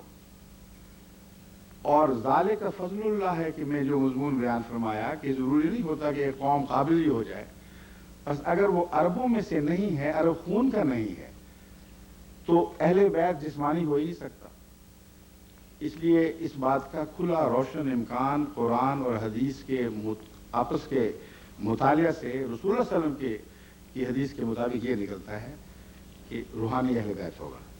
لیکن اس کے علاوہ ایک ایسا قطعی ثبوت میں آپ کے سامنے رکھتا ہوں جس کے بعد تفصیلی توجیحات کی ضرورت نہیں رہتی۔ تمام علماء جو مہدی کی آمد کے قائل ہیں اس بات کے بھی قائل ہیں کہ مہدی کے ہوتے ہوئے اسی زمانے میں مسیح کا نزول ہوگا، کوئی اختلاف نہیں۔ مہدی آ کر گزر نہیں جائے گا بلکہ اسی کے زمانے میں مسیح کا نزول ہوگا۔ آج تک ایک بھی مہدی کا دعوے دار ایسا نہیں ہوا جس کے زمانے میں روحانی یا جسمانی ظاہری یا باطنی طور پر کسی مسیح کا نزول ہوا۔ اسی لیے مہدی کے دعوے دار تو ہیں مسیحیت کے نہیں، لیکن جب وہ فوت ہو گئے اور مسیح نازل نہ ہوا تو قطعی طور پر ثابت ہو گیا کہ یہ وہ مہدی نہیں ہے جس کا رسول اللہ صلی اللہ علیہ وسلم ذکر فرمایا کرتے تھے۔ اب وہ باقی حصہ میں آپ کے ہر سوال کا جواب لاؤں گا انشاءاللہ، آپ اطمینان سے سنیے۔ باقی حصہ قتل دجال وغیرہ کا اب یہاں سے شروع ہوگا۔ حضرت صلی اللہ علیہ وسلم نزول مسیح کی جب بات فرما رہے تھے تو کیا ظاہری طور پر جسمانی طور پر اسی مسیح کی بات کر رہے تھے جو موسیٰ کی امت میں پیدا ہوا تھا، یا اس کی تمثیل کی مثالی طور پر اس کے ظہور کی بات کر رہے تھے؟ جب تک یہ مسئلہ حل نہ ہو ہم اس غور میں آگے نہیں بڑھ سکتے۔ میں آپ کی توجہ اس طرف مبذول کروانی چاہتا ہوں کہ حضرت صلی اللہ علیہ وسلم اس مسیح کی بات نہیں فرما رہے تھے جو پہلی امت میں یعنی موسیٰ کی امت میں پیدا ہوا تھا، بلکہ تمثیلی طور پر اس کا نام عیسیٰ مسیح ابن مریم آنے والے اس مسئلے کو دے رہے تھے جو امت میں پیدا ہونا تھا۔ اس کا ثبوت کیا ہے؟ اس کا اول یہ ثبوت ہے کہ رسول اللہ صلی اللہ علیہ وسلم نے گزرے ہوئے مسیح کا بھی نقشہ دیکھا، اور حدیث بخاری میں اور دوسری حدیثوں میں وہ محفوظ ہے۔ ان کے بال گھنگریالے تھے، رنگ سرخ تھا، جیسے زت لفظ استعمال ہوا ہے ایسا رنگ تھا۔ اور ایک اور حدیث میں بخاری میں ذکر ہے کہ حضرت صلی اللہ علیہ وسلم نے اس مسیح کو دیکھا جس کے پیچھے پیچھے مسیح الدجال بھی طواف کر رہا تھا، یعنی اس کی دشمنی میں اس کی طاق میں تھا کہ میں اس کو ہلاک کروں۔ اس مسیح کا نقشہ کہتے ہیں اس طرح میری آنکھوں کے سامنے ہے جیسے میں دیکھ رہا ہوں سامنے۔ اس کا نقشہ کیا ہے؟ گندمی رنگ ہے، اور بال سیدھے ہیں اور سیاہ ہیں، جی ہاں، یہ دونوں حدیث جیسے ابھی کوئی نہا کے نکلا ہو اور اس کے بال کے کناروں سے پانی ٹپک رہا ہو۔ اب بال کی نوکوں سے پانی اسی وقت ٹپکتا ہے جب وہ ساتھ پھیلے ہوئے نیچے اترے ہوئے ہوں۔ ऊपर चढ़े हुए, ऊपर की तरफ गुच्छा बने हुए बालों की नोकों से पानी नीचे उतरा ही नहीं करता, इन सब का नहीं करता। बस दो हुलिये अलग अलग हैं, एक आने वाले का हुलिया है, एक गुजरे हुए का हुलिया है। इसलिए ये इस्तेमाल करना कि रसूलुल्लाह सल्लल्लाहु अलैहि वसल्लम पुराने मसीह की बात फरमा रहे थे, ये दुरुस्त नहीं है। आगे जाकर अब मैं दज्जाल के हवाले से आप पर मज़मून खोलूंगा। वो जो लफ्ज़ आपने इस्तेमाल किया है वही इस बात का गवाह है कि हज़रत सल्लल्लाहु अलैहि वसल्लम तमसीली कलाम फरमा रहे थे, ज़ाहिरी लफ्ज़ी तौर पर उस मसीह को पुराना मसीह नहीं समझ रहे थे। इसका सबूत उस मसीह की इलामतों में, जैसा कि आपने फरमाया, सिर्फ हकम अदल की नहीं, एक दज्जाल की भी इलामत है। उस दज्जाल के कत्ल का भी जिक्र मिलता है। तो मिर्जा गुलाम अहमद साहब कादियानी ने दावा तो कर दिया कि मैं रूहानी तौर पर वही मसीह हूं, मगर कौन सा दज्जाल है जिसको कत्ल किया, और वो दज्जाल आया भी है कि नहीं, ये बहस उठेगी तो मामला हल होगा। अब आप देखिए कि दज्जाल की इलामतें रसूलुल्लाह सल्लल्लाहु अलैहि वसल्लम ने क्या बयान फरमाई हैं। एक इलामत यह है कि देव हैकल ऐसा बड़ा कि उससे बड़े हुजूम का इंसान कभी किसी ने नहीं देखा। उसका सर गोया आसमान से बातें कर रहा होगा और क्लाउड लाइन से ऊपर तक उसका उरूज होगा। एक आंख अंधी यानी दाईं आंख, और बाईं आंख ऐसी रोशन कि जमीन की पाताल तक की खबर लाएगी, नीचे तक उतरेगी। ये वजूद है दज्जाल का जो दुनिया को बेकाबिल होगा और उन पर हुकूमत करेगा। इसकी मजीद इलामतें क्या हैं जो हदीस में मिलती हैं, जब तक आप उनकी तरफ तवज्जो नहीं फरमाएंगे आप दज्जाल को पहचान ही नहीं सकते। अव्वल ये कि क्या खुदा की खुदाई में वो तारीख जो कुरान ने महफूज की है, कि आज तक इस किस्म की देवमालाई कहानी पहले भी पेश हुई है? अगर ये नहीं हुई, सिवाय तालूत अलैहिस्सलाम। हाँ हाँ, मैं अर्ज करता हूं, देवमालाई तब बनती है अगर लफ्ज़न इसको यही समझें। अगर इसकी तह में पैगाम पढ़ें तो ये देवमालाई कहानी बनने की बजाय एक अजीम उश्शान ऐसी पेशगोई बनती है कि जिसकी मिसाल अंबिया की तारीख में आपको दिखाई नहीं देगी। एक सेकंड,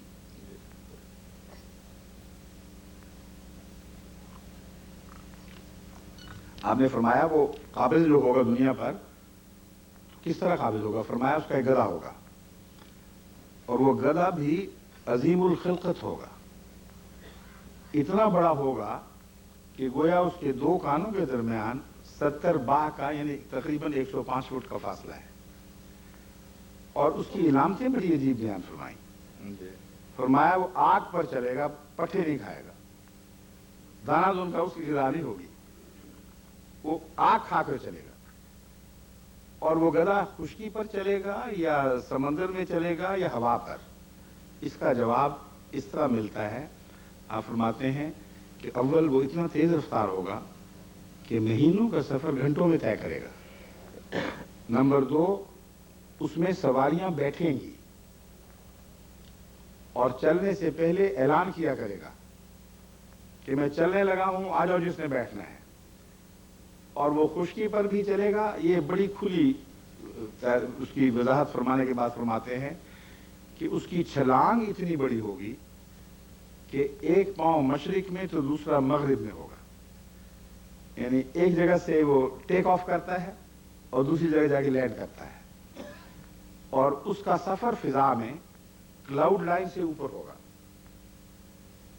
और फरमाया वो जो पेट, जिसके पेट में आग जल रही होगी, उसके अंदर दाखिल होने के लिए खिड़कियां होंगी और अंदर रोशनियां जली होंगी और आराम से बैठने के सामान मौजूद होंगे। फिर फरमाया कि वो समंदर पर भी चलेगा, और समंदर पर चलने की इलामत यह है कि घुटनों तक डूबेगा, ऊपर बाकी बॉडी उसके ऊपर रहेगी। और फरमाया कि वो क्या क्या कारोबार करेगा समंदर पर। फरमाया दज्जाल की तरफ से वो गंदम और ग़िज़ा के पहाड़ उठाकर चलेगा उन कौमों की तरफ लेके जाएगा उस गंदम को जो उसकी तायीद करने वाले लोग हैं, दज्जाल के हमायती हैं। जो उनके हमायती नहीं हैं वो चाहे भूखे मर जाएं, उनको ये फूड की या गंदम की इमदाद नहीं पहुंचेगी। अब मुझे आप बताइए कि क्या ये लफ्जन पेशगोई पूरी हो चुकी है या तमसीलात की बात थी और आपको समझ आने लग गई है कि दज्जाल कौन है और ये सवारियां किसकी हैं? फरमाइए। जनाब, मैं मौजूद के साथ अर्ज करूँगा कि जहाँ तक मैंने मिशकात शरीफ का या बुखारी शरीफ का मुताला किया है, उसमें दज्जाल की कैफियत जैसे आपने वाज़ेह फरमाई है ये मेरे इल्म में नहीं आई। अलबत्ता ये ज़रूर आई है कि वो कवी हैकल होगा, तकरीबन 40 रोज़ में वो तमाम दुनिया का चक्कर लगा लेगा। उसकी एक तरफ बहिश्त होगा, एक तरफ दोज़ख होगा, वो आदमी को चीरेगा, फिर जिंदा कर देगा, फिर चीरेगा तो नहीं चीर सकेगा। जहाँ आपने ये पढ़ी थी ना बातें, वहीं ये भी हैं।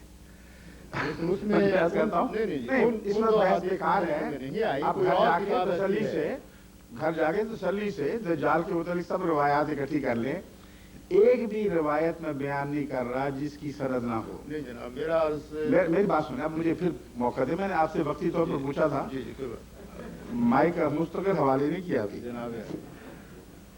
किस्सा ये है कि ये रवायात जो दज्जाल के गधे के मुतालिक हैं, इसे कहते हैं खरुद दज्जाल। ये सिर्फ प्रोफेसरों के इल्म में नहीं है, ये आमतुन्नास के इल्म में है। खरे दज्जाल का किस्सा तो घर घर गली गली मशहूर है कि दज्जाल का एक गधा होगा जो आग खाकर चलेगा। इसका इनकार करना मेरे लिए ताज्जुब अंगेज है, क्योंकि आप किसी मौलवी से पूछ ले, वो खरे दज्जाल के मजमून से खूब वाकिफ है। यहां तक कि जब 53 में जस्टिस मुनीर की अदालत बैठी कि ये फैसला करे कि जुल्म किसने किया, क्यों कराया गया, सियासत थी, मजहब था, क्या था, तो उसकी रिपोर्ट पढ़ें।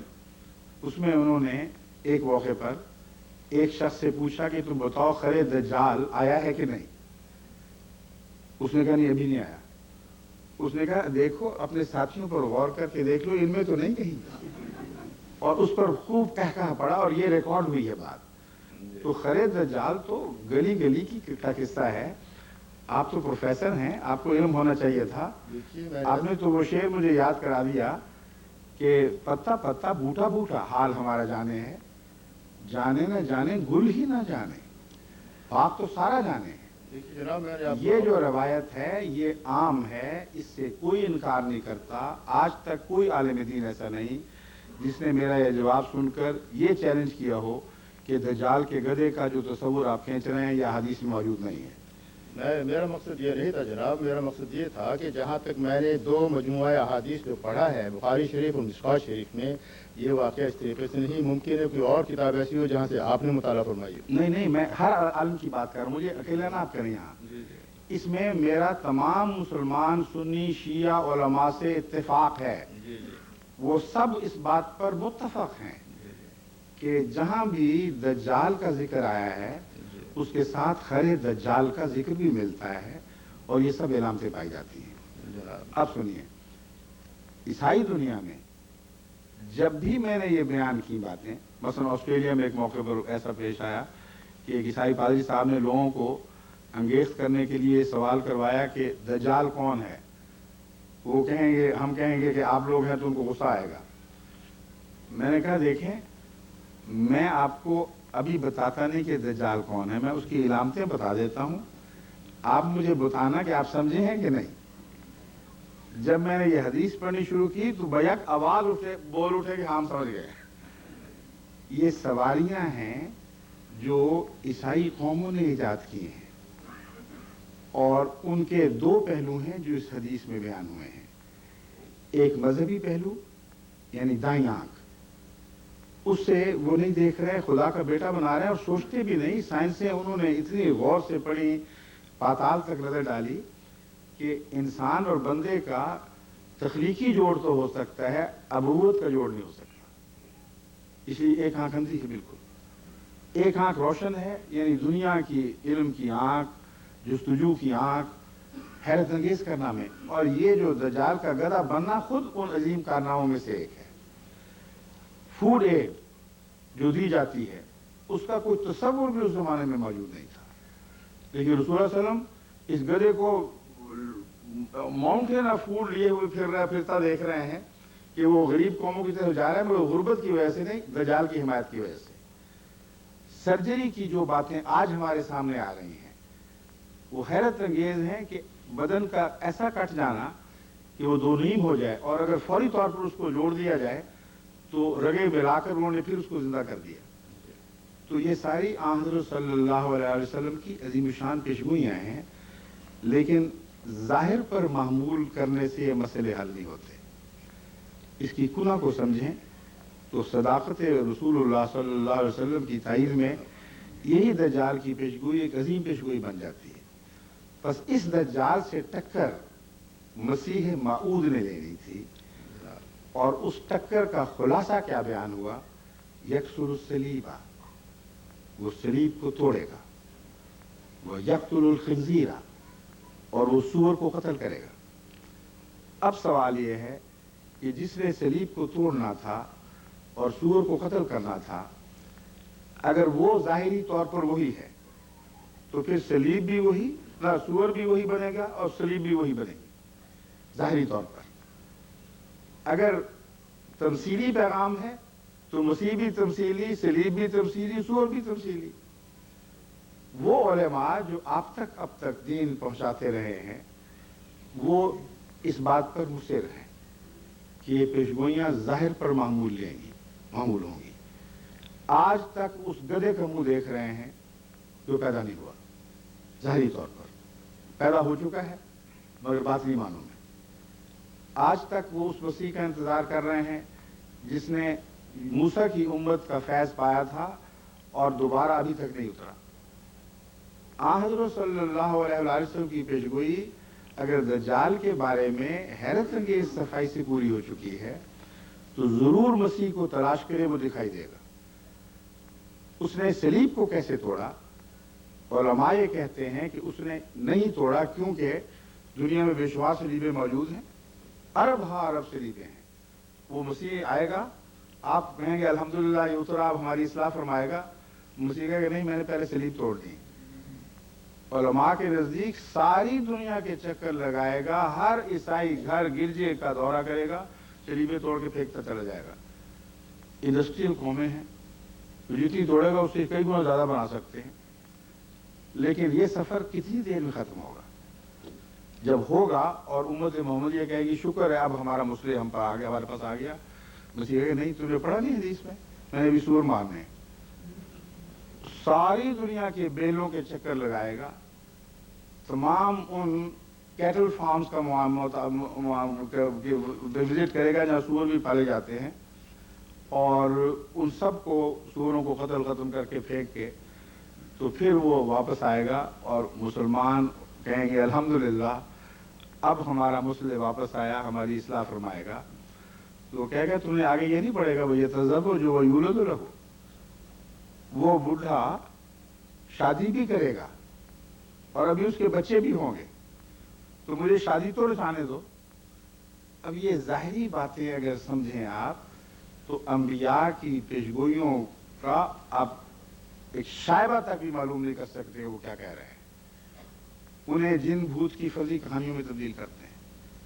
सबसे बड़ा जुल्म है इन उलमा का कि उम्मत मोहम्मदिया में इस्लाम की तायीद में ऐसी अजीम शान पेशगोई मौजूद है जिसे दहरियों के सामने भी पेश किया जाए तो मुंह बंद हो जाते हैं। कौन था 1400 साल पहले जो जहाज का हवाई जहाज का तस्वुर कर सकता था? कौन था जो आग से चलने वाली सवारी का तस्वुर कर सकता था? वह गुमान भी नहीं था।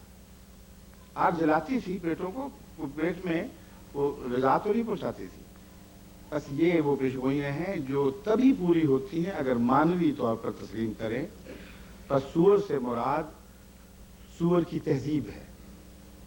सूअर में बेहयाई का अंसर बड़ा नुमाया है। ऐसी तहजीब से टक्कर लेना जिसमें बेहयाई नुमाया हो और खुसूसियत के साथ उसमें होमोसेक्सुअलिटी तो पाई जाए, ये हाल तो अब इतना खुलकर सामने आ गया है कि चर्चों की बहस में बड़े बड़े कलीसियाओं ने फैसला दे दिया है कि हाँ तुम बेशक होमोसेक्सुअल हो, तुम चर्च का ओहदा संभाल सकते हो। और ऐसे पादरी यहाँ भी हैं और अमेरिका में भी हैं जो खुले आम होमोसेक्सुअल होने पर फख्र करते हैं और फिर भी वो पादरी हैं। ये जो चीजें हैं ये सारी रसूल सल्लल्लाहु अलैहि वसल्लम की पेशगोई में शामिल थी। अब देखना यह है कि हजरत मसीह मौऊद अलैहिस्सलाम ने क्या जिहाद किया है जिसके नतीजे में सबसे पहले ये कहा जा सके कि आपने सलीब को तोड़ दिया। सबसे पहला अकीदा जो मसीह मौऊद ने पेश फरमाया और बड़े जोर से पेश फरमाया वो ये था कि कुरान की रूह से, बाइबल की रूह से, तारीख की रूह से मसीह इब्नुल्लाह नहीं बल्कि एक नबी था जो फौत हो चुका है, जिंदा नहीं है। अगर खुदा के बेटे को जिसकी इबादत की जाती हो, फर्जी बेटे को साबित कर दिया जाए कि ये फौत हो गया है तो सलीब की कमर टूट जाती है।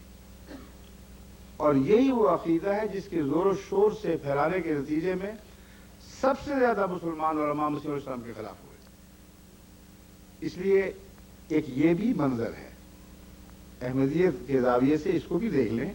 फिर आपकी मर्जी है, जो चाहे फैसला फरमाएं। आपने खुदा को जान देनी, मुझे तो नहीं देनी। कुरान पाक की इस आयत के मुताबिक ईसा अलैहिस्सलाम के बारे में जो आती है रफ़ा इलस समावात, तो इससे मैं करता हूँ। मैं एक तो माजरत से ऐसा करूँ, अब तो मुझे कह रहे हैं सिर्फ थोड़े चंद मिनट बाकी हैं, मेरी बात सुन लीजिए। ये कहीं नहीं आया रफ़ा इलस समावात, यही तो हम शोर मचा रहे हैं बड़ी देर से। खुदा के लिए दिखाओ तो सही।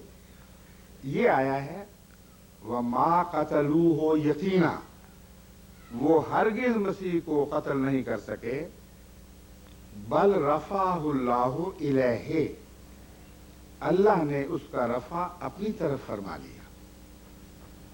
समा का इशारतन भी जिक्र नहीं। अब अल्लाह की तरफ रफ़ा अगर मंसूब हो तो जिस्मानी हरकत हो ही नहीं सकती, क्योंकि जहां मसीह था वहां खुदा था, जहां इंसान या कोई वजूद वहां खुदा है। ऐनमा तवल्लु फसम्मा वजहुल्लाह, जिस तरफ भी तुम मुंह करो अल्लाह का चेहरा तो उस तरफ है। तो अगर एक तरफ से दूसरी तरफ हरकत करे तो एक तरफ बज़ाहिर खुदा की तरफ जा रहा होगा, दूसरी तरफ खुदा से दूर भी जा रहा होगा। तो रफ़ा इलल्लाह का मज़मून जो है वो कुरान करीम में दूसरी जगह भी मौजूद है। उससे रूहानी मदारिज की तरक्की का माना मिलता है, जिस्मानी हरकत नहीं। मसलन बलम बाहूर, उसके मतलब फरमाता है वलौशेना लरफाना हो बेहा वलाकिन्नहु अखलदा इलल अर्द। बलम बाऊर में कुछ अच्छी बातें भी थी, उन सलाहियतों के पेश नजर वलौशेना, अगर हम उसे चाहते, ला रफाना हो गया, हम उसका रफा फरमा देते। वलाकिन्नहु अखलदा इलल अर्द, वो जमीन की तरफ झुक गया। अब गौर करके देख ले, रफा का अगर माना जिस्मानी रफा हो सकता है तो यहां ज्यादा अहम है, जरूरी है, क्योंकि जमीन की तरफ झुकने का भी मुखालिफाना मजमून मौजूद है। लेकिन सब लोग जानते हैं कि दुनियादारी की तरफ झुकना ये जमीन की तरफ झुकना है, और अल्लाह की आसमान की तरफ यहाँ रफाना हो बेहासिल रफाना का जिक्र है। जब रफा आता है, खुदा रफा फरमाता है, तो दर्जों की बुलंदी, रूहानी मदारिज की तरफ की मज़मून होता है। अब नमाज में रसूल सल्लल्लाहु अलैहि वसल्लम ने हमें ये दुआ सिखाई, दो सजदों के दरमियान। सब फिरके तो नहीं करते मगर अक्सर फिरके करते हैं। दुआ क्या दुआ है? वरफानी, ए अल्लाह मेरा रफा फरमा दे। तो अगर रफा का मतलब लफ्जी तौर पर आसमान पर उठाना है तो क्या वो मोमिन एक ही सजदे से ऐसा आजिज आ गया कि सजदे से बाहर निकलते ही कहा खुदा बस अगला सजदा ना करवा, मुझे यहीं से ऊपर उठा दे। दो सजदों के दरमियान जो पढ़ा जाता है वो तो ये है अल्लाह मगफिरली वजबुरनी, अल्लाह मगफिरली वरजुकनी वरफानी वजबुरनी वाहदिनी वाफिनी। हाँ, उसमें वरफानी भी है।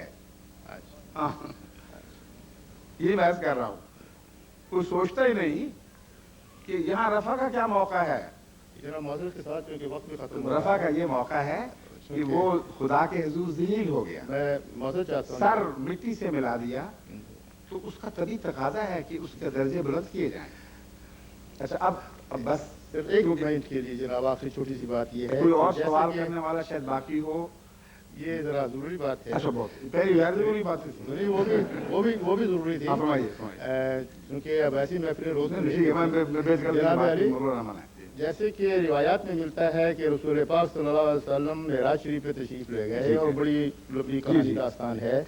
मूसा अलैहिस्सलाम से आपकी मुलाकात हुई और मूसा अलैहिस्सलाम ने आपसे इस्तफसार किया कि या रसूलुल्लाह, ये कैसे होगा, हमारी उम्मतें तो हमारे वक्त में ही फिर जाती थी, तो आपके वक्त आप तो खातमुन नबीयीन हैं और क़यामत तक आप। ये आपने किस हदीस में पढ़ा है?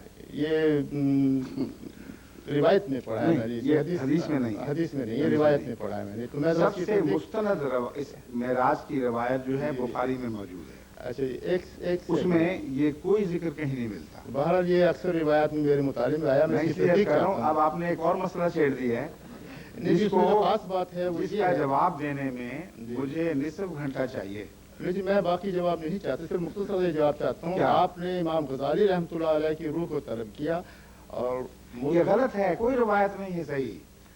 ये बात के बनाए हुए किस्से हैं और रसूलुल्लाह सल्लल्लाहु अलैहि वसल्लम की शान रसालत के खिलाफ हैं और खुदा की शान तौहीद के खिलाफ हैं।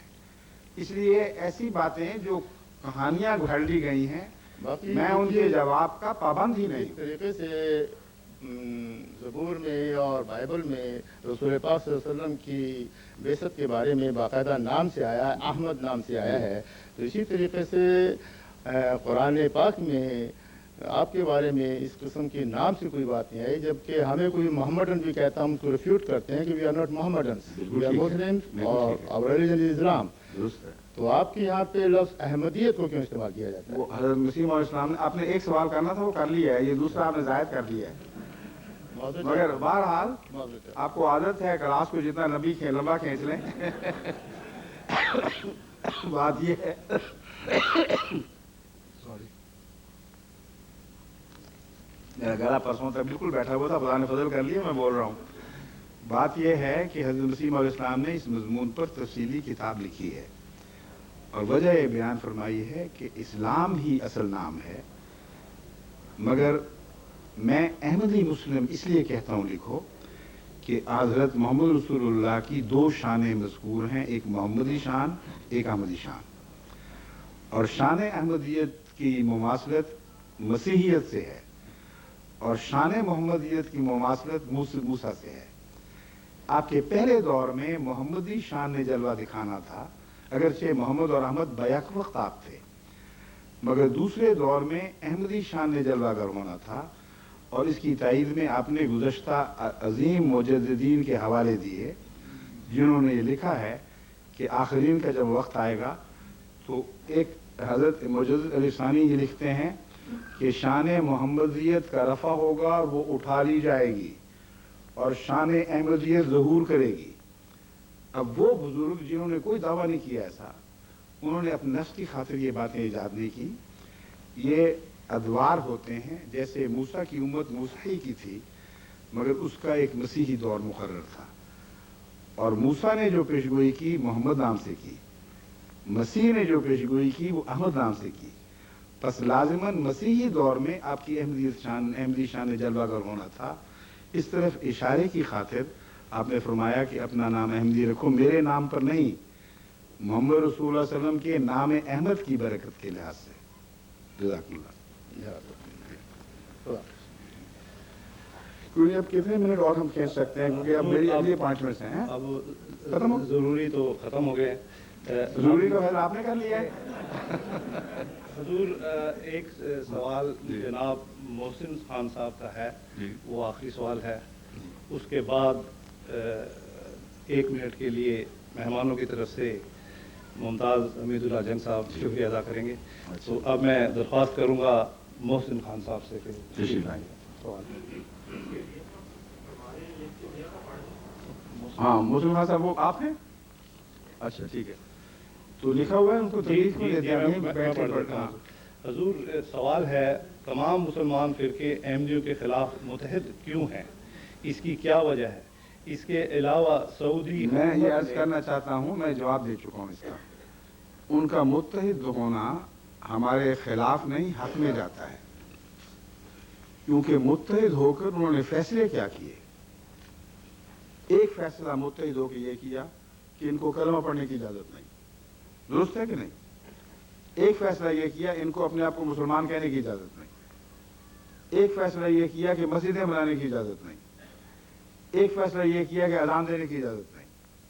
ایک فیصلہ یہ کیا کہ حج کرنے کی اجازت نہیں. میں بتا رہا ہوں، میری بات سنیں.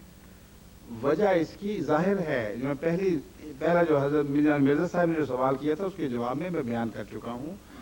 یعنی ان کے بعد جو دوست تشریف لائے تھے انہوں نے سوال کیا، جو آزاد کشمیر سے تشریف لائے ہیں میرپور سے، انہوں نے بات بیان فرما دی ہے کہ جب کوئی خدا کی طرف سے بھیجا ہوا مقبول ہونے لگتا ہے اور علماء کی پیش نہیں جاتی کہ اس کا رستہ روک سکیں، تو وہ پھر پہلے سے بڑھ کر روکیں کھڑی کرتے ہیں.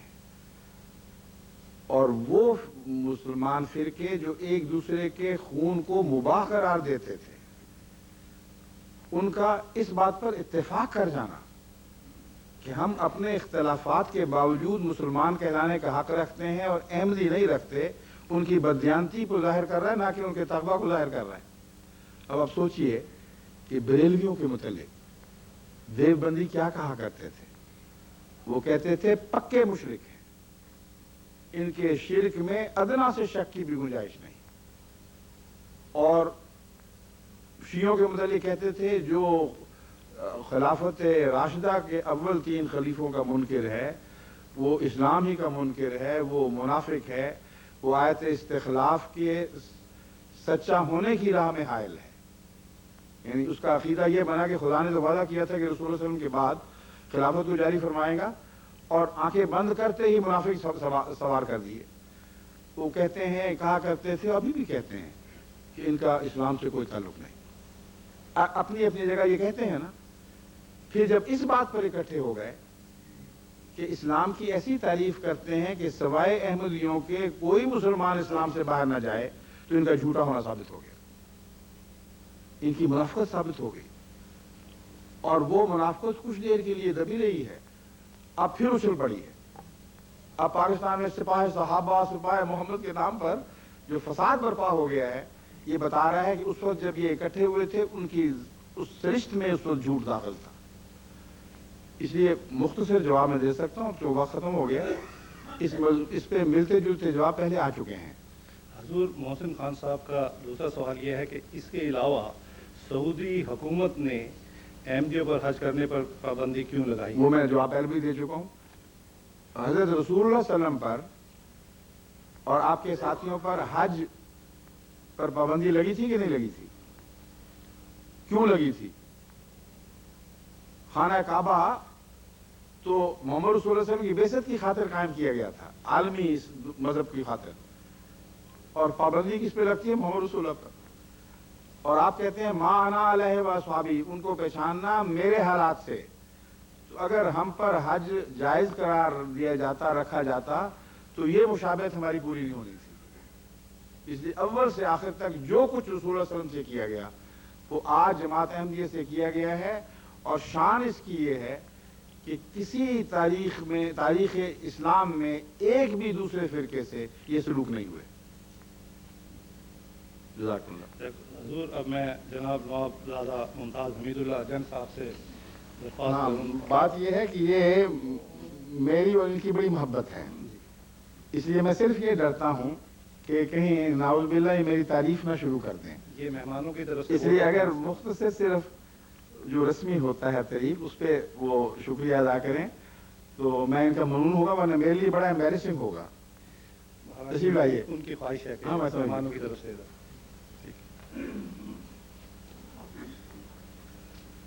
اب حضور نے تو راز فاشی کر دیا، مجھے ناچیز و نااہل کس کو جو یہ فریضہ ادا کیا گیا کہ میں تحسین و تشکر پیش کروں، تو میں تو حضور پر انوار کا میں غیر احمدی ہوں، یہ سامعین کو معلوم ہونا چاہیے. لیکن آپ میرا مرکز عشق ہیں اور ذکر اس پر ایوش کا اور پھر بیان اپنا بہت مشکل کام ہے. اب وہی بات ہے. میری مختصراً بستی میں عرض کر سکتا ہوں حضور کہ اس وقت عالم اسلام میں حضور کی شخصیت ایسی باوقار اور بابرکت ہے کہ اس کی قیادت میں اس چھوٹی سی احمدی جماعت نے جو کارنامے کر کے دکھائے، اسلام کی تبلیغ اور اس کی بالادستی کی جو قربانیاں دیں، جن کا میں چاہتا ہوں کہ انکار کروں لیکن نہیں کر سکتا، وہ عدیم المثال قربانیاں ہیں کہ جو واقعی قرون اولیٰ کی یاد تازہ کر دیتی ہیں۔ اور کیا کسی نے کہا تھا، مجھ کو یاد تو نہیں آتا، آزادی کبھی افریقہ کے تپتے ہوئے صحراؤں میں، کبھی یورپ کے کلیساؤں میں، جی جی جی، یا کچھ گھوڑے کیا تھے دوڑا دیے بحر قلزم میں، لیکن دوڑا دیے گھوڑے ہم نے، بحر قلزم میں بھی دوڑا دیے گھوڑے ہم نے، لیکن حضور یہ پہلی جماعت ہے جس نے، اگر ہم ڈش اینٹینا کا ذکر کریں تو آسمان پہ بھی کمن ڈال دیے۔ تحسین۔ اب حضور یہاں پر میرے حبیب اور دوست بھائی لقمان میاں نے کہا، آپ کی طرف اشارہ کرتے ہوئے، کہ حضور ہمارے لیے ایک خزانہ ہے، تو حضور میں بتاتا ہوں کہ آپ انہی کا خزانہ نہیں ہیں، ہمارا بھی خزانہ ہے۔ دل بہت چاہتا ہے کہ اس خزانے کو لوٹ لیں، لیکن اللہ توفیق ہمارا ظرف۔ جزاکم اللہ احسن الجزا۔ خزانہ جتنا چاہیں لوٹیں، اگر یہ خدا کے عطا کردہ ہے تو ختم نہیں ہوگا۔ اب اپنے اپنے یہ ظرف اس کا کی لطف بات ہے، اپنے جو خزانے خدا دیتا ہے وہ ختم نہیں ہوا کرتے۔ اپنے اپنے ظرف کی بات ہے حضور۔ آج اس تھوڑے سے وقفے میں جو حضور نے ایک حکیمانہ اور تحلیل و تجزیے کے ذریعے جو اسلام پہ روشنی ڈالی، وہ ایک ادنا سی مثال تھی حضور کے باقی اس عمیق علم کی۔ اور اس وقت عالم اسلام کا حال دیکھ کے ایک کسی شاعر نے، پھر مجھ کو تو نام نہیں یاد آتا، آپ زیادہ پڑھے لکھے ہیں، رشتہ الفت میں ان کو گھر پہ رو سکتا تھا تو، پھر پریشان کیوں تیری تسبیح کے دانے رہے۔ حضور اس جماعت کو دیکھ کے یہ معلوم ہوتا ہے کہ کہیں کچھ کیمیائی اثر ہے، کہ وہ راز معلوم ہو گیا ہے کہ جس راز کے ذریعے یہ تسبیح کے دانے پھر جڑتے چلے جاتے ہیں۔ اور حضور فصاحت و بلاغت تو ماشاءاللہ تسبیح کے دانے پرونے کی مثال تازہ کر رہی ہے۔ بس ختم کرتا ہوں حضور، وقت کی کمی ہے۔ پا گئی آسودگی کوئے محبت میں خاک، آوار جو مدتوں آوار جو حکمت کے صحراؤں میں تھی۔ جزاکم اللہ احسن الجزا، ماشاءاللہ۔ ابھی تو میں نے ان کو روک رکھا تھا۔ یہ بہت فصیح و بلیغ، بہت ہندوستان کے ایک معزز خاندان کے چشم و چراغ ہیں، اور ہندوستان کی مذہبی تاریخ میں اس خاندان کے حوالے سے بات مکمل نہیں ہوتی۔ اس کی تفصیل میں آپ کو اس وقت نہیں بیان کر سکتا، لیکن میرے ساتھ ان کی خطابت، ان کی جو پرانی کتب میں ان کے آباء و اجداد کے ذکر ملتے ہیں، اس کے حوالے سے میں بتا رہا ہوں کہ ہندوستان کی مذہبی تاریخ میں اس خاندان نے بہت اہم کردار ادا کیا ہے۔ ذاتی طور پر ان کی عمر کا اکثر حصہ ان سب علماء سے ملنے جلنے، ان کے ساتھ قرب حاصل کرنے میں گزرا ہے جو بھاری اکثریت جن کی احمدیت کے مخالف ہے، اور اس سب پس منظر کے باوجود جو زندگی کے فارمیٹیو ایئرز میں انہوں نے احمدیت کے خلاف باتیں سن رکھی تھیں، جب ان کے ایک دوست نے ان سے کہا کہ ہمارے مرزا صاحب کا خطبہ آتا ہے وہ بھی سن لو، دیکھ لو، تو ان کی فطرت کی جو تھی نا اندر کی روشنی، کسی دلیل میں نہیں گئے، انہوں نے خطبہ سنا کہ دیکھو یہ بات میں بتایا تم، یہ آدمی سچا ہے، یہ جھوٹا نہیں ہے۔ اور پھر محبت بڑھتی گئی، مجھے کہ لکھتے رہے کہ اسلام کا اب مجھے پتہ لگا ہے کہ عرفان کس کو کہتے ہیں، ورنہ پہلے تو تذکرے علماء سے دوستیاں گفت و شنید چلا کرتی تھی، مگر اسلام کے معنی کی روح نہیں سمجھ آتی تھی۔ تو یہ ان کی مہربانیاں ہیں، ان کی محبت ہے، اللہ ان کو جزا دے، لیکن جب تک دل میں نور تقویٰ نہ ہو ایسی عظیم انقلابی تبدیلی واقعہ نہیں ہو سکتی، جبکہ فخر کے ساتھ یہ کہہ سکتے تھے کہ سارے ہندوستان کے چوٹی کے علماء میرے ذاتی واقف ہیں اور میں بہت کچھ جانتا ہوں احمدیت کے متعلق۔ اس سب کو ایک طرف پھینک دیا اور نور نظر سے جو مشاہدہ فرمایا اس کو فوقیت دی۔ تو اللہ تعالیٰ ان کو بہترین جزا دے، اور آپ سب کو میری یہی آپ سے استدعا ہے کہ قرآن نے ہدایت کی شرط کے لیے تقویٰ کو سب سے اول قرار دیا ہے، हुदल लिलमुत्तकीन, पहली आयत में ही सूरह बकरा में ये बयान करके फरमा दिया कि तुम्हें जितना चाहे इल्म बर्दाश्त कर लो, अगर तकवा नहीं होगा तो ये कामिल किताब भी तुम्हारी हिदायत नहीं कर सकेगी। तो अल्लाह से ये दुआ मांगे कि हमारा तकवा भी कामिल फरमाए, आपका तकवा भी कामिल फरमाए, फिर जो रास्ता भी जाएगा खुदा की तरफ हमें इकट्ठा कर देगा। इसके बाद मैं इजाज़त चाहता हूँ। अस्सलाम वालेकुम, खुदा हाफ़िज़।